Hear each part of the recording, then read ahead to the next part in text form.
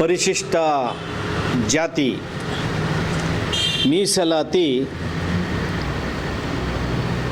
ಆ ಜನಾಂಗದ 101 ಜಾತಿಗಳಿಗೆ ಸಮನಾಗಿ ಹಂಚಿಕೆಯಾಗಿಲ್ಲ.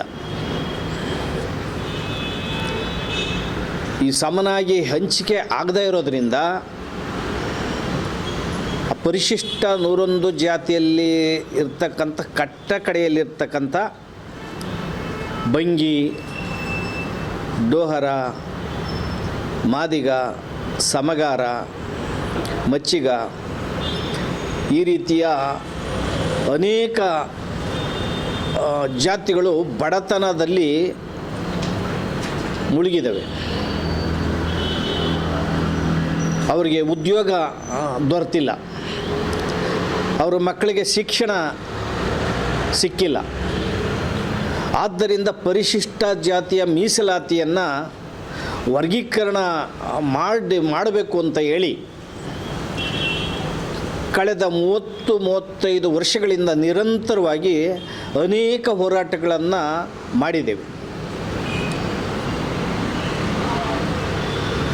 3 ರಾಷ್ಟ್ರೀಯ ಪಕ್ಷಗಳು ರಾಜ್ಯದಲ್ಲಿ ಆಡಳಿತವನ್ನು ಮಾಡಿದ್ದಾವೆ.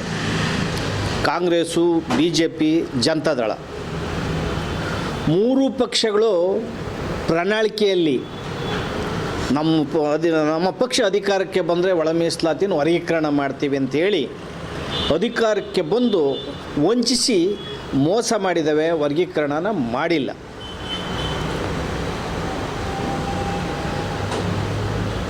ಸಿದ್ದರಾಮಯ್ಯನವರ ಸರ್ಕಾರ ಕೂಡ 2013ರಿಂದ 2018ವರೆಗೂ ಅಧಿಕಾರ ಇದ್ದರೂ ಕೂಡ ಸದಾಶಿವ ಆಯೋಗದನ್ನು ತೆಗೆದು ನೋಡಲೇ ಇಲ್ಲ. 2 ಅವಧಿಗೆ ಅವರು ಮುಖ್ಯಮಂತ್ರಿ ಆದರು. ನಾವು ಈ ತಿಂಗಳ 19ನೇ ತಾರೀಕಿನಂದು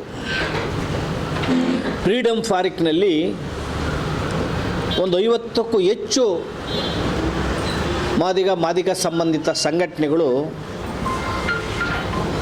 ಒಂದು 5-6 ಸಾವಿರ ಜನ ಬೃಹತ್ ಸಮಾವೇಶನ ಮಾಡಿದ್ವಿ. ಆ ಸಮಾವೇಶಕ್ಕೆ ಅಬಕಾರಿ ಸಚಿವರಾದಂತಹ RB ತಿಮ್ಮಾಪುರವರು ಆಗಮಿಸಿರು. ತಿಮ್ಮಾಪುರವರು ಆಗಮಿಸ್ತಿದ್ದಂಗೆ ಅಲ್ಲಿದ್ದಂಥ ತುಂಬ ಹೋರಾಟ ಮಾಡಿ ಬೇಸತ್ತಿದ್ದಂತಹ ಯುವಕರು ಅವ್ರ ಮೇಲೆ ಮುಗಿಬಿದ್ದು ಭಾಳ ಗಲಾಟೆ ಗೊಂದಲ ಆಗುವಂಥ ಸಂದರ್ಭ ಇತ್ತು. ಆದರೂ ಕೂಡ ನಾವೆಲ್ಲರನ್ನೂ ಸಮಾಧಾನ ಮಾಡಿ ಉದ್ವೇಗ ಆಗಬೇಡಿ ಅಂತ ಹೋರಾಟಗಾರರಿಗೆ ಅವ್ರಿಗೆ ಮನವಿ ಕೊಟ್ಟು ಕಳಿಸಿದ್ವಿ. ತಿಮ್ಮಾಪುರವರು ಅದೇ ದಿನ 5:30ಕ್ಕೆ ವಿಧಾನಸೌಧದಲ್ಲಿ ಮುಖ್ಯಮಂತ್ರಿಗಳ ಒಟ್ಟಿಗೆ ಚರ್ಚೆಯನ್ನು ಕರೆದರು. ನಾವು ದಲಿತ ಸಂಘಟನೆಗಳಿಂದ, ಮಾದಿಗ ಸಂಬಂಧಿತ ಸಂಘಟನೆಗಳಿಂದ ಅನೇಕ ಮುಖಂಡರು ಆ ಮುಖ್ಯಮಂತ್ರಿಗಳ ಸಭೆಯಲ್ಲಿ ಭಾಗವಹಿಸಿದ್ವಿ. ಆ ಮುಖ್ಯಮಂತ್ರಿಗಳ ಸಭೆಯಲ್ಲಿ ಹಿರಿಯ ಸಚಿವರಾದಂಥ KH ಮುನಿಯಪ್ಪನವರು, ಸಮಾಜ ಕಲ್ಯಾಣ ಸಚಿವರಾದಂತಹ ಡಾಕ್ಟರ್ HC ಮಾದೇವಪ್ಪ ಸಾರು, ತಿಮ್ಮಾಪುರವರು, ಅಧಿಕಾರಿಗಳೆಲ್ಲ ಪಾಲ್ಗೊಂಡಿದ್ದರು. ಮುಖ್ಯಮಂತ್ರಿಗಳು ನಮ್ಮ ಚರ್ಚೆಯನ್ನು ಸಾವಧಾನ ಚಿತ್ತವಾಗಿ ಕೇಳಿದರು. ಸುಮಾರು 1 ಗಂಟೆಗೂ ಹೆಚ್ಚು ಕಾಲ ಸಭೆ ನಡೀತು. ಮುಖ್ಯಮಂತ್ರಿಗಳಿಗೆ ನಾವು ಮನವಿ ಮಾಡಿದ್ವಿ, ದಯಮಾಡಿ ಕೂಡಲೇ ಒಳ ಮೀಸಲಾತಿನ ವರ್ಗೀಕರಣ ಮಾಡಬೇಕು. ಏನು ವರ್ಗೀಕರಣ ಮಾಡೋದಕ್ಕೆ ನಿವೃತ್ತ ನ್ಯಾಯಾಧೀಶರಾದ ನಾಗಮೋಹನ್ ದಾಸ್ನ ಏನು ನೇಮಕ ಮಾಡಿದ್ದೀರಿ, ಏಕಸದಸ್ಯ ಆಯೋಗ, ಮಧ್ಯಂತರ ವರದಿಯನ್ನು ಪಡೆದು ನೀವು ವರ್ಗೀಕರಣ ಮಾಡಿ. ಡಿಟೈಲಾಗಿ ಮಾಡಬೇಕು ಅಂತಂದರೆ ನೀವು ಹಾಗೆ ಅದು ಮುಂದುವರಿಸಿ. ಈಗ ಸದ್ಯಕ್ಕೆ ವರ್ಗೀಕರಣ ಮಾಡಿ, ಆಮೇಲೆ ವ್ಯತ್ಯಾಸಗಳಿಂದ ಪರಿಷ್ಕರಣೆ ಮಾಡಿ ಅಂತ ನಾವು ಮನವಿ ಮಾಡಿದ್ವಿ. ನಾವು ಮುಖ್ಯಮಂತ್ರಿಗಳು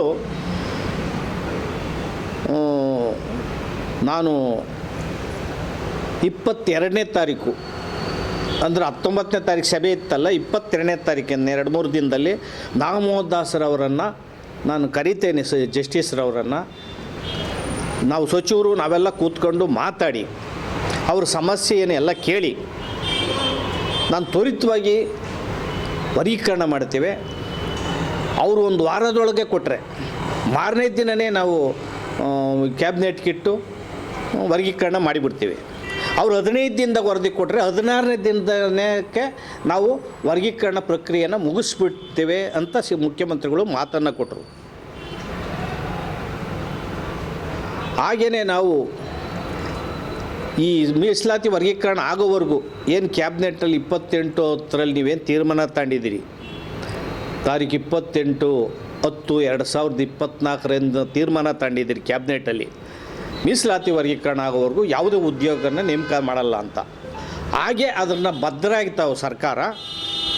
ಯಾವುದೇ ನೇಮಕಾತಿಯನ್ನು ಮಾಡಬಾರ್ದು, ಬ್ಯಾಕ್ಲಾಕನ್ನು ಫಿಲ್ಲಪ್ ಮಾಡಬಾರ್ದು, ಬಡ್ತಿ ಮೀಸಲಾತಿಯನ್ನು ಮಾಡಬಾರ್ದು, ಮತ್ತು ಯಾವುದೇ ವರ್ಗಾವಣೆ ಮಾಡಬಾರ್ದು ಅಂತ ನಾವು ಮನವಿ ಮಾಡಿದ್ವಿ. ಅದು ಮುಖ್ಯಮಂತ್ರಿಗಳು ನಾನು ಇದು ಬದ್ಧನಾಗಿದ್ದೇನೆ, ವರ್ಗೀಕರಣ ಆಗೋವರೆಗೂ ಇದು ಯಾವುದೂ ಕೂಡ ಉದ್ಯೋಗ ನೇಮಕಾತಿ ಬ್ಯಾಕ್ಲಾಗು ಯಾವುದೂ ಮಾಡಲ್ಲ ಅಂತೇಳಿ ಮಾತನ್ನು ಕೊಟ್ಟಿದ್ದಾರೆ. ಅದೇ ರೀತಿಯಲ್ಲಿ ಮುಖ್ಯಮಂತ್ರಿಗಳು ನಡ್ಕೊಂಡಿದ್ದಾರೆ ಇದುವರೆಗೂ. ಅವರು ನಮ್ಗೆ ಹೇಳ್ದಂಗೆ ನಮ್ಗಲ್ಲಿ ಏನು ಭರವಸೆಯನ್ನು ಕೊಟ್ಟರು, ಆ ಭರವಸೆಯಂತೆ 22ನೇ ತಾರೀಕು ನಾಗಮೋಹನ್ ದಾಸ್ರವರನ್ನು ಜಸ್ಟಿಸನ್ನು ಕರೆದು ಮಾತುಕತೆ ಮಾಡಿದ್ದಾರೆ. ಮತ್ತು 24ನೇ ತಾರೀಕು ಈ ಹಿರಿಯ ಸಚಿವರನ್ನೆಲ್ಲನೂ ಕರೆದು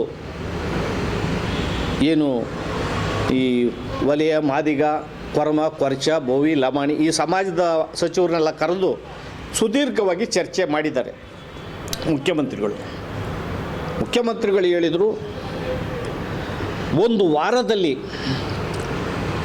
ಇದನ್ನು ನಾನು ಮಧ್ಯಂತರ ವರದಿಯನ್ನು ಕೊಡ್ತೀನಿ ಅಂತ ನಾಗಮೋಹನ್ ದಾಸ್ರವರು ಜಸ್ಟಿಸ್ ಹೇಳಿದ್ದಾರೆ. ಒಂದು ವಾರದಲ್ಲಿ ವರದಿಯನ್ನು ಕೊಡ್ತಾರೆ, ನಾವು ವರ್ಗೀಕರಣನ ಮಾಡ್ತೀವಿ ಅಂತ ಮುಖ್ಯಮಂತ್ರಿಗಳು ಮಾತನ್ನು ಕೊಟ್ಟಿದ್ದಾರೆ. ಆದ್ದರಿಂದ ಮುಖ್ಯಮಂತ್ರಿಗಳು ಏನು ಮಾತನ್ನು ಕೊಟ್ಟಿದ್ದರು ಅದೇ ರೀತಿಯಲ್ಲಿ ನಡ್ಕೊಂಡಿರೋದ್ರಿಂದ ಅವರು ಇದನ್ನು ಸ್ವಾಗತ ಮಾಡ್ತೇವೆ ಮತ್ತು ಅಭಿನಂದನೆ ಕೂಡ ಮುಖ್ಯಮಂತ್ರಿಗಳಿಗೆ ಮಾಡ್ತೇವೆ. ಜೊತೆಗೆ ನಾಗಮೋಹನ್ ದಾಸ್ರವರು ಸಭೆಯಲ್ಲಿ ಹೇಳಿರೋ ಪ್ರಕಾರ ಈಗಾಗಲೇ 40 ಇಲಾಖೆಗಳು, ಸರ್ಕಾರದ 40 ಇಲಾಖೆಗಳಲ್ಲಿ ಈಗಾಗಲೇ ಬಹುತೇಕ 27ಕ್ಕೂ ಹೆಚ್ಚು ಇಲಾಖೆಗಳು ವರದಿಯನ್ನು ಕೊಟ್ಟಿದ್ದಾವೆ. ಈಗೇನೋ ಈ ಪ್ರಕಾರ ಎಲ್ಲರೂ ಕೊಟ್ಟಿದ್ದಾರೆ ಅಂತ ಗೊತ್ತಾಗಿದೆ. ಏನು ಯಾರ್ಯಾರು ಎಷ್ಟೆಷ್ಟು ಯಾವ್ಯಾವ ಜನಾಂಗದಲ್ಲಿ ಎಷ್ಟೆಷ್ಟು ಉದ್ಯೋಗದಲ್ಲಿದ್ದಾರೆ ಅನ್ನೋ ಮಾಹಿತಿನೆಲ್ಲನೂ ಕೂಡ ಸಾಧ್ಯವಾದಷ್ಟು ಕೂಡ ಸಂಗ್ರಹ ಮಾಡಿದ್ದೇವೆ. ಆದ್ದರಿಂದ ನಾನು ವರದಿಯನ್ನು ಕೊಡ್ತೇವೆ ಅಂತ ಇನ್ನು ಒಂದು 3-4-5 ದಿನದಲ್ಲಿ ವರದಿಯನ್ನು ಕೊಡ್ತೇವೆ ಅಂತೇಳಿ ನಾಗಮೋಹನ್ ದಾಸ್ರವರು ಸರ್ಕಾರದ ಮುಂದೆ ಇಟ್ಟಿದ್ದಾರೆ. ನಾನು ಇಲ್ಲಿ ಮನವಿ ಮಾಡೋದು, ಈ ಥರ ಮಾತುಗಳು ಅನೇಕ ಸಾರಿ ನಡೆದಿದ್ದಾವೆ. ಯಾಕಂದ್ರೆ ಚಿತ್ರದುರ್ಗ ಡಿಕ್ಲರೇಷನ್ ಮಾಡಿ ಮೊದಲನೇ ಕ್ಯಾಬಿನೆಟಲ್ಲಿ ನಮ್ಮ ಸರ್ಕಾರ ಬಂದರೆ ಮಾಡ್ತೀವಿ ಅಂತ ಹೇಳಿದರು. ಆದ್ದರಿಂದ ಭರವಸೆ ಹೋಗ್ಬಿಟ್ಟಿದೆ. ಭರವಸೆ ಹೋಗೋದ್ರ ಜೊತೆಗೆ ಮುಖ್ಯಮಂತ್ರಿಗಳ ಬಗ್ಗೆ ನಂಬಿಕೆ ಇದೆ. ನಮ್ಮ ಸಮಾಜದ ಎಡಗೈ ಸಮಾಜದ ಮಂತ್ರಿಗಳ ಬಗ್ಗೆ ನಂಬಿಕೆ ಇಲ್ಲ ನಮಗೆ. ಅಲ್ಲಿ ಸಭೆಯಲ್ಲಿ ನಡೆದಂಥ ವಿಚಿತ್ರ ಒಂದೇನೆಂದರೆ, ಮುಖ್ಯಮಂತ್ರಿಗಳು ಭರವಸೆ ಕೊಡ್ತಾ ಇದ್ದಾರೆ ಈ ಕಡೆ, ನಾನು ಬದ್ಧನಾಗಿದ್ದೇನೆ ಮಾಡೋದರಲ್ಲಿ, ನೀವು ಬೇಡ ಅಂದರೂ ಕೂಡ ನಾನು ಮಾಡ್ತೇನೆ, ಖಂಡಿತ ಮಾಡ್ತೇನೆ ನಾನು ಅಂತ ಮುಖ್ಯಮಂತ್ರಿಗಳು ಒಂದು ಕಡೆ ಹೇಳ್ತಾ ಇದ್ದರೆ, ಇದನ್ನು ಗಮನ ಕೊಡಬೇಕು ನಮ್ಮ ಸಮಾಜದ ಹಿರಿಯ ಸಚಿವರು ಯಾರು KH ಮುನಿಯಪ್ಪನವರು, ಆಹಾರ ಸಚಿವರು. ಮುಖ್ಯಮಂತ್ರಿಗಳಲ್ಲಿ ಮನವಿ ಮಾಡಬೇಕು ಅವರು, ಮಾಡಿ ಹಾಗೆ ಅಂತ. ಅವರು ನಮಗೆ ಮನವಿ ಮಾಡ್ತಾವ್ರೆ ಏನಂತ, ನೀವು ಗಲಾಟೆ ಮಾಡಬೇಡಿ, ಮುಖ್ಯಮಂತ್ರಿಗಳು ಒಳ್ಳೆಯರಿದ್ದಾರೆ, ನಮಗೆ ಗೊತ್ತಿಲ್ವಾ? ನೀವು ಗಲಾಟೆ ಮಾಡಬೇಡಿ, ಮುಖ್ಯಮಂತ್ರಿಗಳು ಒಳ್ಳೆಯರಿದ್ದಾರೆ, ಅವ್ರನ್ನ ಕೆಟ್ಟದಾಗ ಯಾರು ಬೈಬೇಡಿ, ಕಾರ್ಯಕ್ರಮ ಎಲ್ಲ ನಿಲ್ಲಿಸ್ಬಿಡಿ, 3 ತಿಂಗಳು ಟೈಮ್ ಕೊಡಿ ಅಂತ ಕೇಳಿದರು KH ಮುನಿಯಪ್ಪರು ಹಿರಿಯ ಸಚಿವರು. ಅದಕ್ಕೆ ನಾನು ನಿಲ್ಲಿಸ್ರಿ ನಿನ್ನ ಮಾತು, ಮುಖ್ಯಮಂತ್ರಿಗಳೇ, ನಮ್ಮ ಎಡಗೈ ಸಮಾಜದ ಮಂತ್ರಿಗಳು ಈ ಸಮಾಜದ ನಂಬಿಕೆ ಕಳ್ಕೊಂಬಿಟ್ಟಿದ್ದಾರೆ. ಇವರು ಯಾರು ಸಮಯ ಕೇಳಕ್ಕೆ ನೀವಿದ್ದೀರಿ, ನೀವು ನಾಗಮೋಹನ್ ದಾಸ್ ಅವ್ರಿಗೆ ಚರ್ಚೆ ಮಾಡಿ ಅಲ್ಲಿ ಟೆಕ್ನಿಕಲ್ ಪ್ರಾಬ್ಲಮ್ ಏನು, ಎಷ್ಟು ದಿನ ಸಮಯ ಬೇಕು ನೀವು ಕೇಳಿ. ಮುನಿಯಪ್ಪನವರು ಈ ರೀತಿ ಎಷ್ಟೋ ಸಾರಿ ನಮ್ಮ ಸಮಾಜದವ್ರನ್ನ ಇವರೆಲ್ಲನೂ ಕೂಡ ಸಮಯ ಕೊಡಿ ಅಂತ ಕೈ ಮುಗಿದು ಹೋರಾಟಗಳನ್ನು ಡಿವೈಡ್ ಮಾಡೋ ಅಂಥ ಕೆಲಸ ಮಾಡ್ಯಾರೆ. ಅದರಿಂದ ನಂಬಿಕೆ ಕಳ್ಕೊಂಡಿದ್ದಾರೆ. ಇವರೇನು ಮಧ್ಯವರ್ತಿ ನಿಮಗೆ ಬೇಕಾಗಿಲ್ಲ, ಇವರು ನಿಮ್ಮನ್ನು ರಿಕ್ವೆಸ್ಟ್ ಮಾಡೋದು ಬಿಟ್ಟು ಮಾಡಿ ಅಂತ ಇವ್ರು ನಮ್ಮನ್ನು ರಿಕ್ವೆಸ್ಟ್ ಮಾಡ್ತಾರೆ ಹೋರಾಟ ಮಾಡಿ ಅಂತ. ನಾವು ಹೋರಾಟ ಮಾಡ್ತಾ ಇದ್ದರೆ ಮುಖ್ಯಮಂತ್ರಿಗಳು ಸಭೆ ಮಾಡೋರಾ, ಆಯೋಗ ಆಗೋದಾ? ನಾವು ಎಲ್ಲನೂ ಕೂಡ ಹೋರಾಟ ಮಾಡೇ ಪಡ್ಕೊಂಡಿರೋದು ಈ ದೇಶದಲ್ಲಿ, ಈ ರಾಜ್ಯದಲ್ಲಿ ನಾವು. ಆದ್ದರಿಂದ ನಮ್ಗೆ ಗಡ್ಡಿಪ್ರಾಯವಾಗಿ ಆಗಿರೋ ಅಂಥವ್ರು ನಮ್ಮ ಸಮಾಜದ ಮಂತ್ರಿಗಳು. ಅತ್ಯಂತ ಅಸಹಾಯಕ, ದುರ್ಬಲ, ಕೆಲಸಕ್ಕೆ ಬಾರದ, ನಿಷ್ಪ್ರಯೋಜಕ ಸಚಿವರು ಅಂದರೆ ಎಡಗೈ ಸಮಾಜದ ತಿಮ್ಮಾಪುರ ಎಂಡದ ಮಂತ್ರಿ ಮತ್ತು ಆಹಾರ ಮಂತ್ರಿ KH ಮುನಿಯಪ್ಪನವರು. ಇವರು ಈ ಸಮಾಜನ ತುಳಿಯೋಕ್ಕೋಸ್ಕರನೋ, ಈ ಸಮಾಜನ ಹಾಗೆ ಮುಂದುವರ್ಸಕ್ಕೆ ಹೋಗೋಣ, ಯಥಾಸ್ಥಿತಿನ, ಬಡತನ, ಹಸಿವು, ಹಾಹಾಕಾರ, ಅನಕ್ಷರತೆನ ಮುಂದುವರ್ಸೋಕ್ಕೇನೋ, ಯಥಾಸ್ಥಿತಿವಾದನ ಮುಂದುವರ್ಸೋಕ್ಕೆ ಕಾಂಗ್ರೆಸ್ ಸರ್ಕಾರ ಇವ್ರಿಗೆ ಟಿಕೆಟ್ ಕೊಡಬೇಕಾದ್ರೆ, ಮಂತ್ರಿ ಮಾಡಬೇಕಾದ್ರೆ ಅತ್ಯಂತ ದುರ್ಬಲರು, ಅವಿವೇಕಿಗಳು, ಅಸಹಾಯಕರನ್ನು ಅಲ್ಲಿಡ್ತಾರೆ. ದಕ್ಷರು, ವಿದ್ಯಾವಂತರು, ಸಮಾಜ ಸೇವೆ ಮಾಡೋವಂಥವ್ರು, ವಿದ್ಯಾರ್ಹತೆ ಇರೋರಿಗೆ ಯಾಕೆ ಅವರು ಮಂತ್ರಿಗಳು ಮತ್ತು ಟಿಕೆಟ್ ಕೊಡೋದು ಶಾಸಕರನ್ನು ಮಾಡಲ್ಲ ಕಾಂಗ್ರೆಸ್? ಇದು ಪದ್ಧತಿ, ಕಾಂಗ್ರೆಸ್ ಪದ್ಧತಿ. ಆದ್ದರಿಂದಲೇ ಒಳ ಮೀಸಲಾತಿಗೆ ಅಡ್ಡಿಪ್ರಾಯವಾಗಿರುವಂಥದ್ದು.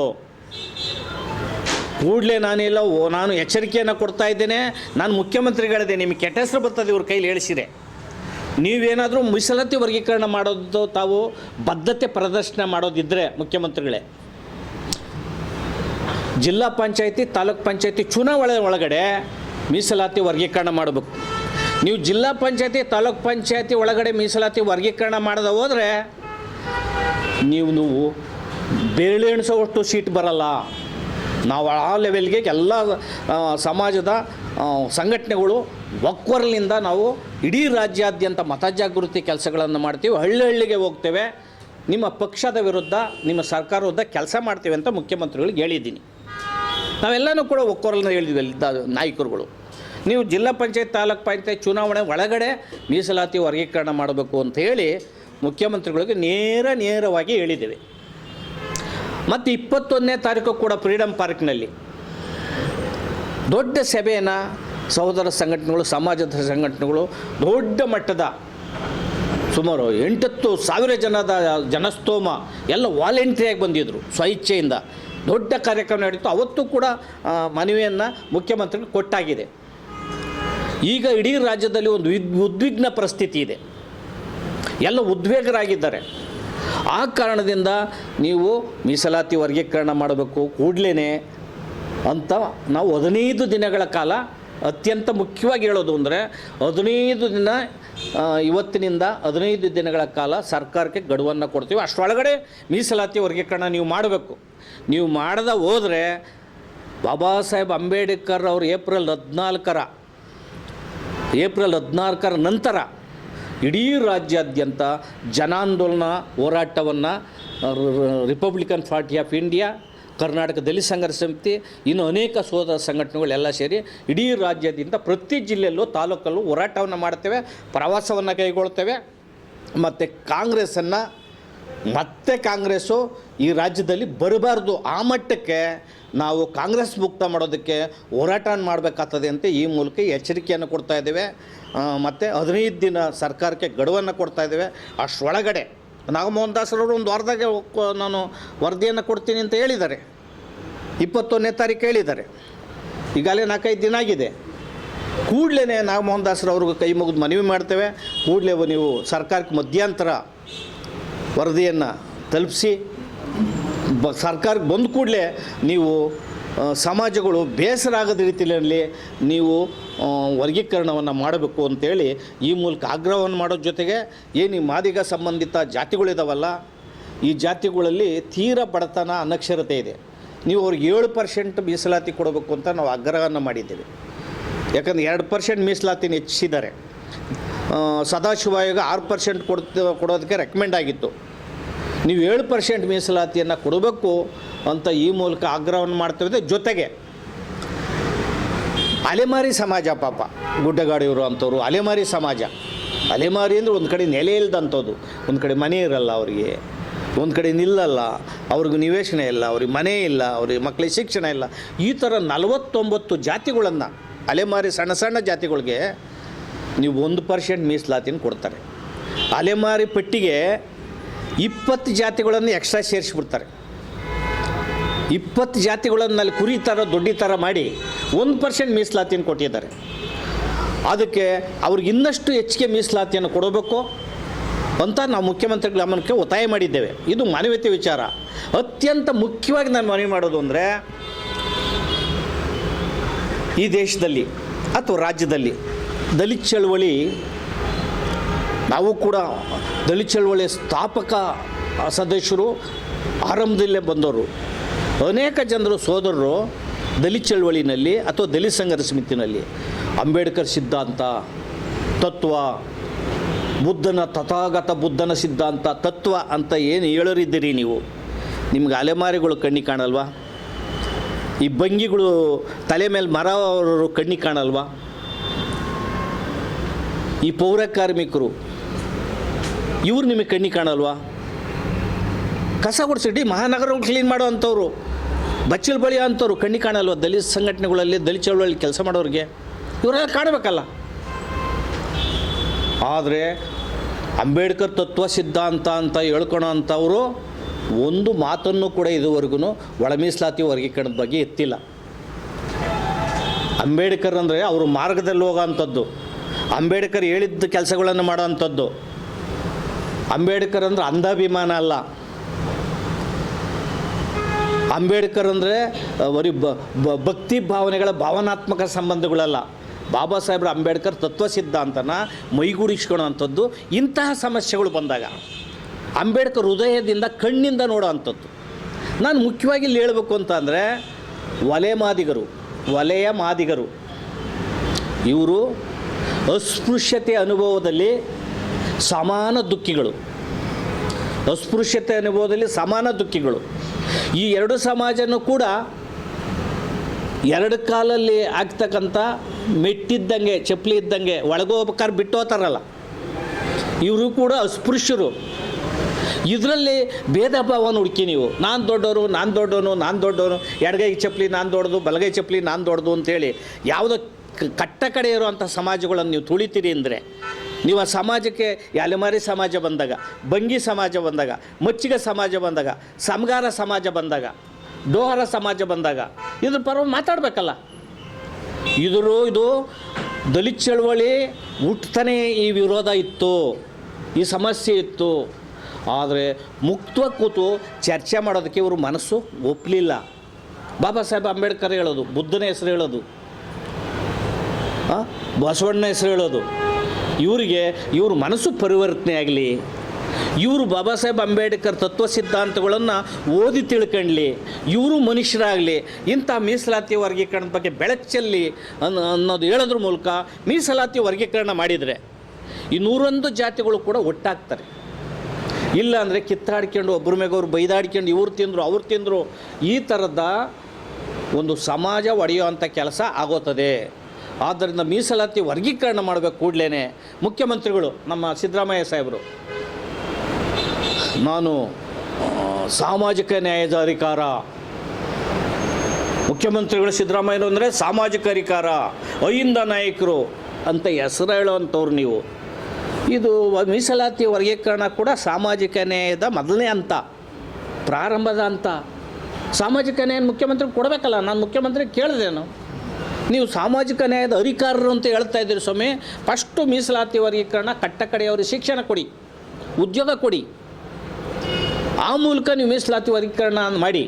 ಈ ಬದ್ಧತೆನೇ ಪ್ರದರ್ಶನ ಮಾಡ್ತಾ ಇದ್ದರೆ, ಇಲ್ಲ ನಾನು ಬದ್ಧನಾಗಿದ್ದೀನಿ ಮೀಸಲಾತಿ ವರ್ಗೀಕರಣದ ಬಗ್ಗೆ, ನನಗೆ ಬದ್ಧತೆ ಇದ್ದರೆ ಕೂಡಲೇ ಮಾಡಿ. ನಿಮ್ಮ ಕೈಲಿ ಸುಪ್ರೀಂ ಕೋರ್ಟ್ ಆದೇಶ ಕೊಟ್ಟಿದೆ. ಸುಪ್ರೀಂ ಕೋರ್ಟ್ ಬಗ್ಗೆ ಗೌರವ ಇದ್ದರೆ 7 ಜನರ ನ್ಯಾಯಾಧೀಶರ ಪೀಠ, ಸಂವಿಧಾನದ ಪೀಠ 1/8/2024 ತೀರ್ಪು ಕೊಟ್ಟು 7 ತಿಂಗಳು ನಡೀತಾ ಇದೆ. ನೀವು ಸುಪ್ರೀಂ ಕೋರ್ಟ್ನ ನ್ಯಾಯಾಲಯದ ಬಗ್ಗೆ ಗೌರವ ಇದ್ದರೆ, ಸಂವಿಧಾನದ ಬಗ್ಗೆ ಗೌರವ ಇದ್ದರೆ ಕೂಡಲೇ ಮೀಸಲಾತಿ ವರ್ಗೀಕರಣ ಮಾಡಿ. ಈಗಾಗಲೇ ರೇವಂತ್ ರೆಡ್ಡಿ ಅವರು ತೆಲಂಗಾಣದಲ್ಲಿ ಮಾಡಿ ಬಿಲ್ ಪಾಸ್ ಮಾಡಿದ್ದಾರೆ. ಆಂಧ್ರದಲ್ಲಿ ಚಂದ್ರಬಾಬು ನಾಯ್ಡು ಬಿಲ್ ಪಾಸ್ ಮಾಡಿ ಮೀಸಲಾತಿಯನ್ನು ಕೊಟ್ಟಾಗಿದೆ. ಅಲ್ಲಿ ತೆಲಂಗಾಣದಲ್ಲಿ 9-5-1 ಕೊಟ್ಟಿದ್ದಾರೆ. ಇಲ್ಲಿ ಸದಾಶಿವ ಆಯೋಗದಲ್ಲಿ 6-5-3-1 ಮಾಡಿದರು. ಈಗ ಅದನ್ನು ನೋಡಿ ತುಲನೆ ಮಾಡಿ ತೂಕ ಮಾಡಿ ಈ ಕಟ್ಟಕಡೆ ಸಮಾಜಕ್ಕೆ ಹೆಚ್ಚಿಗೆ ಸ್ವಲ್ಪ ಕೊಡಿ. ಈ ಹಂಗೇನೆ ಅಲೆಮಾರಿ ಸಮಾಜಕ್ಕೆ 49 ಜಾತಿಗಳನ್ನ ಸೇರಿಸ್ಬಿಟ್ಟು 1% ಕೊಟ್ಟರು, ನೀವು 1 ಮೀಸಲಾತಿ ಕೊಟ್ಟರು 1%. ಆ ಸಮಾಜದಲ್ಲಿ ಹೆಂಗೆ ಅವರು ಒಬ್ಬ ತಹಶೀಲ್ದಾರ್ ಇಲ್ಲ, ಒಬ್ಬ ಕಾನಿಸ್ಟೇಬಲ್ ಇಲ್ಲ, ಒಬ್ಬ ನೌಕರ ಇಲ್ಲ, ಒಬ್ಬ P1 ಇಲ್ಲ ಸಮಾಜದಲ್ಲಿ. ಈ ಥರ ಸಮಾಜನೆಲ್ಲ ಮೇಲೆತ್ತುವಂತಹ ಉದಾರತೆ, ಉದಾರ ಗುಣ, ದೊಡ್ಡತನ ನಿಮ್ಮಲ್ಲಿ ಬರಲಿ. ಏನು 3 ರಾಷ್ಟ್ರೀಯ ಪಕ್ಷಗಳಿದ್ದಾವೆ ಈ ದೇಶದಲ್ಲಿ, ಬಡತನ, ಅನಕ್ಷರತೆ, ನಿರುದ್ಯೋಗ, ಅಸ್ಪೃಶ್ಯತೆ, ಅಸಮಾನತೆ, ಲಿಂಗಭೇದ ಮೊಡುಕಟ್ಟಿದೆ, ತಲ್ಲಣಿಸಿದೆ ದೇಶ ರಾಜ್ಯ. ಇವೆಲ್ಲನೂ ಕೂಡ ಆಗಬೇಕು ಅಂತಂದರೆ ಮೀಸಲಾತಿಯನ್ನು ಒಂದೇ ಜಾತಿ ಕೊಡ್ತಾ ಇಲ್ಲ. ಬ್ರಾಹ್ಮಣ ಸಮಾಜಕ್ಕೆ ಕೂಡ 10% ಮಾಡ್ಯವ್ರೆ. ಬ್ರಾಹ್ಮಣ ಇತರೆ ಸಮಾಜಗಳು ಕೂಡ 10% ಮೀಸಲಾತಿಯನ್ನು ಮಾಡಿದ್ದಾರೆ. ಇತರೆ ಹಿಂದುಳಿದವ್ರಿಗೆ, OBCಗಳಿಗೆ ಎಲ್ಲನೂ ಕೂಡ ಅವ್ರಿಗೆ ಮಂಡಲ ಆಯೋಗದ ಪ್ರಕಾರ 32% ಮೀಸಲಾತಿ ಹೋಗ್ತಾ ಇದೆ. ಇಲ್ಲಿ ಚಿನ್ನಪ್ಪ ರೆಡ್ಡಿ ಆಯೋಗದ ಪ್ರಕಾರ 27% ಮೀಸಲಾತಿ ಹೋಗ್ತಾ ಇದೆ. ಅದು OBCಗಳಿಗೆ ಸಿಕ್ಕಿರೋ ಅಂಥದ್ದು ಇಲ್ಲಿ ಚಿನ್ನಪ್ಪ ರೆಡ್ಡಿ ಪ್ರಕಾರ 27% ಮೀಸಲಾತಿ ಅಂದರೆ ಅವ್ರಿಗೆ ಸಿಕ್ಕಿರೋದೇ 6%. ಇನ್ನು 21% ಮೀಸಲಾತಿ ಅವ್ರಿಗೆ ಸಿಕ್ಕಿಲ್ಲ. ಆಮೇಲೆ ಉದ್ಯೋಗ ಇರೋದೇನೆ ಕೇಂದ್ರ ರಾಜ್ಯ ಸರ್ಕಾರದಲ್ಲಿ 2%, 100ರಲ್ಲಿ ಬರೀ 2% ರಾಜ್ಯ ಮತ್ತು ಕೇಂದ್ರ ಸರ್ಕಾರದ ಉದ್ಯೋಗಗಳಿರೋದು. ಇನ್ನು 90% ಖಾಸಗಿನಲ್ಲಿ ಮತ್ತು ಕಾರ್ಖಾನೆಗಳು, ಖಾಸಗಿ ಕಾರ್ಖಾನೆಗಳು ಮತ್ತು ಭೂಮಿ, ಇಲ್ಲಿ ಉದ್ಯೋಗಗಳಿದೆ. ಈ ಖಾಸಗಿ ಕಾರ್ಖಾನೆಯಲ್ಲಿ ಔದ್ಯೋಗಿಕ ರಂಗದಲ್ಲಿ, ಖಾಸಗಿ ಔದ್ಯೋಗಿಕ ರಂಗದಲ್ಲಿ ಮೀಸಲಾತಿ ಇಲ್ಲದೇ ಇರೋದ್ರಿಂದ ಮೀಸಲಾತಿ ಎಷ್ಟೋ ಉದ್ಯೋಗ ಸಾಧ್ಯ ಆಗ್ತಾ ಇಲ್ಲ, ಕನ್ನಡಿಗರು ಉದ್ಯೋಗ ಸಿಗ್ತಾ ಇಲ್ಲ. ಈ ಥರದಲ್ಲಿರೋದ್ರಿಂದ ಅವ್ರಿಗೂ ಸಿಗ್ತಾ ಇಲ್ಲ. ಇಲ್ಲಿ ಸಮಾಜದಲ್ಲಿ ಸಹಸ್ರಾರು ವರ್ಷಗಳಿಂದ ಶೋಷಣೆಗೊಳಗಾದಂಥವ್ರು, ಕೀಳು ಕೆಲಸ ಮಾಡೋವಂಥವ್ರು, ಗಬ್ಬು ಕೆಲಸಗಳನ್ನು ಕೈಯಲ್ಲಿ ರೊಚ್ಚು ಕಾಲ್ಯಗಳನ್ನು ಬಳಿಯೋವಂಥವ್ರು, ಮಲಗಳನ್ನು ಬಳಿಯೋವಂಥವ್ರಿಗೆ ಅವ್ರು ಅಲ್ಲೇ ಇರಬೇಕಾ? ಇದು ಮುಖ್ಯಮಂತ್ರಿಗಳು ಸಿದ್ದರಾಮಯ್ಯನವರು ಈ ಕೆಲಸನ ಮುಖ್ಯವಾಗಿ ಮಾಡಬೇಕೇ ವಿನ ಮಾಧ್ಯಮಗಳು, ದೊಡ್ಡ ದೊಡ್ಡ ಮಾಧ್ಯಮಗಳಿಂದ ಈಗ ಹೋಗ್ಬಿಟ್ಟು ಅವ್ರು ರಾಜಣ್ಣ ಅಂತಕ್ಕೆ ಎಂಥದ್ದು ಹನಿ ಟ್ರ್ಯಾಪ್ ಅಂತ. ಯಾವ ಟ್ರ್ಯಾಪ್ ರೀ? ಹನಿ ಟ್ರ್ಯಾಪು ನಾಚಿಕೆ ಆಗಲ್ಲ. 224 ಜನ ಹನಿ ಟ್ರ್ಯಾಪ್ ಒಬ್ಬರು ಮಾಡಿರಂತೆ. ಅದ್ರನ್ನೆಲ್ಲ ಕಂಡುಹಿಡಿತೀವಿ. ಅವ್ರು ಯಾರೋ ಕಂಪ್ಲೇಂಟ್ ಕೊಡಬೇಕು, ಇನ್ನೊಂದು ಮಾಡಬೇಕು. ಇನ್ನು ಇವಂದಾಯಿತು ಫಿಲಮು, ಯಾರಪ್ಪ ದರ್ಶನ್ದಾಯಿತು, ರೇವಣ್ಣ ಪ್ರಜ್ವಲ್ ರೇವಣ್ಣಂದಾಯಿತು. ಬರೀ ಇದೇ ಹೊಡ್ಕೊಂಡು ಹೋದರೆ ಈ ಥರದಕ್ಕೆ ದೊಡ್ಡ ದೊಡ್ಡ ಮಾಧ್ಯಮಗಳು ಬೆಳಕು ಚೆಲ್ಲಬೇಕು. ಈ ಥರ ಸಮಾಜಮುಖಿ ಕೆಲಸವನ್ನು ಮಾಡಬೇಕು ಅಂತೇಳಿ ಅನೇಕ ದೊಡ್ಡ ದೊಡ್ಡ ಪತ್ರಿಕೆಗಳು ಒಳ್ಳೊಳ್ಳೆಯದು ಪ್ರಿಂಟ್ ಮೀಡಿಯಾದಲ್ಲಿ. ಇವತ್ತು ಪ್ರಿಂಟ್ ಮೀಡಿಯಾ ಯಾವ ಲೆಕ್ಕಕ್ಕೆ ಹೋಗಿದೆ ಅಂತಂದರೆ ನಾನು ಅದನ್ನು ಮಾಧ್ಯಮದ ಬಗ್ಗೆ ನಾನು ಹೇಳಲ್ಲ, ಯಾಕಂದರೆ ಅದು ನಾವು ಅಷ್ಟು ದೊಡ್ಡವರಲ್ಲ.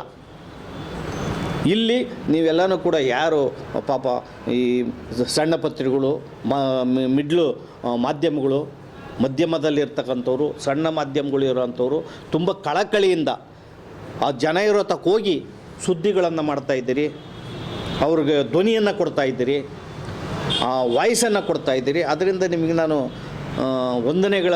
ಅಭಿನಂದನೆಗಳನ್ನು ನಾನು ಸಲ್ಲಿಸ್ತೀನಿ. ನನ್ನ ಕರ್ತವ್ಯ. ಯಾಕಂದರೆ ನಾವೆಲ್ಲ 48-49 ವರ್ಷಗಳು ಯಾವುದೇ ಫಲಾಪೇಕ್ಷೆನ ಬಯಸ್ದಂಗೆ ಹೋರಾಟ ಮಾಡ್ಕೊಂಬಂದಿದ್ದೀವಿ. ನಾವೂ ಇವರಂಗೆ ಗುಲಾಮರಾಗಿ, ರಾಜಕೀಯ ಗುಲಾಮರಾಗಿ, ಯಾವುದೋ ಪಕ್ಷದ ಗುಲಾಮರಾಗಿ, ಯಾವ ವ್ಯಕ್ತಿ ಗುಲಾಮರಾಗಿದ್ದರೆ ನಾವೂ ಕೂಡ ಮುಖ್ಯಮಂತ್ರಿ ಹತ್ತತ್ರ ನಾವು ಬತ್ತಿದ್ವಿ. ನಾವು ಸಮಾಜ ಸೇವೆಗೆ ಹೋದವ್ರು ನಾವು. ಇವತ್ತು ಯಾರ್ಯಾರು ಸಮಾಜದಲ್ಲಿ ಈಗ ನಮ್ಮ ಎಡಗೈ ಸಮಾಜದ ಮಂತ್ರಿಗಳು ಕತೆ ಹೇಳಿದ್ನಲ್ಲ, ಇವರೆಲ್ಲನೂ ಕೂಡ ಗುಲಾಮ್ಗಿರಿ ಮಾಡ್ತಾಯಿದ್ದಾರೆ. ಅದಕ್ಕೆ ಬಾಬಾ ಸಾಹೇಬ್ರು ಹೇಳಿದರು, ಕಾಂಚಿರಾಮ್ಜಿ ಅವರು ಹೇಳಿದರು. ಏನು ಹೇಳಿದರು ಇವ್ರ ಬಗ್ಗೆ? ಇವರು ನಮ್ಮ ಈ ಸಮಾಜವನ್ನು, ಸಂವಿಧಾನದ ಫಲಾನುಭವಿಗಳು, ಮಂತ್ರಿ ಶಾಸಕರಿದ್ದವರಲ್ಲಿ ಇವರು ಬೆಲ್ಟ್ ಹಾಕಿದ, ಬಾಯಿ ಕಟ್ಟಿದ, ಗೂಟಕ್ಕೆ ಕಟ್ಟಿದ ನಾಯಿಗಳು ಅಂತ ಕರೆದಿದ್ರು, ಪಶು ಅಂತ ಕರೆದಿದ್ರು.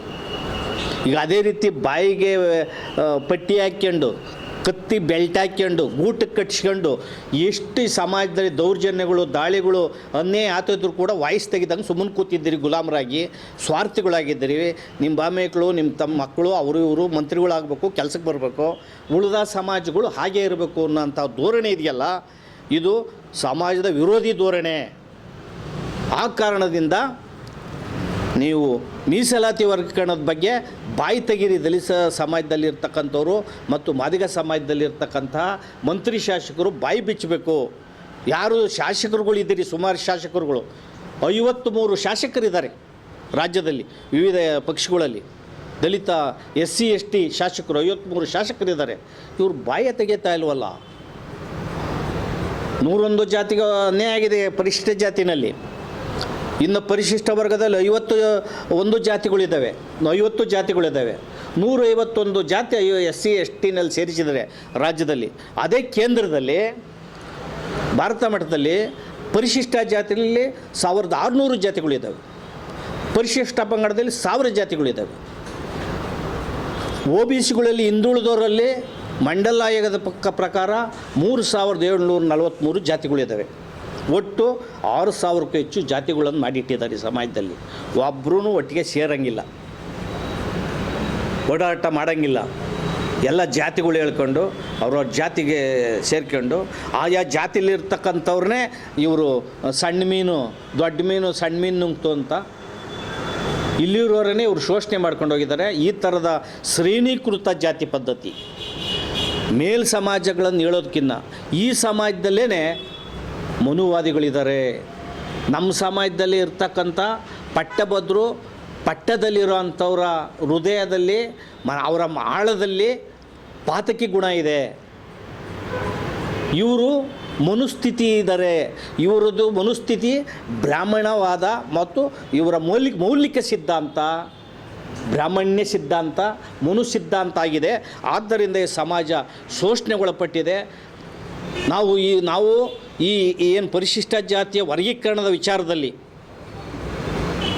ಎಂಥ ತ್ಯಾಗ ಬಲಿದಾನಕ್ಕೂ ಕೂಡ ನಾವು ಸಿದ್ಧರಿದ್ದೇವೆ, ಬದ್ಧರಿದ್ದೇವೆ. ಪರಿಶಿಷ್ಟ ಜಾತಿಯ ಮೀಸಲಾತಿ ವರ್ಗೀಕರಣಕ್ಕೋಸ್ಕರ 100 ಜನ ತಮ್ಮ ಜೀವನ ಕಳ್ಕೊಂಡಿದ್ದಾರೆ, ಬದುಕು ಕಳ್ಕೊಂಡಿದ್ದಾರೆ.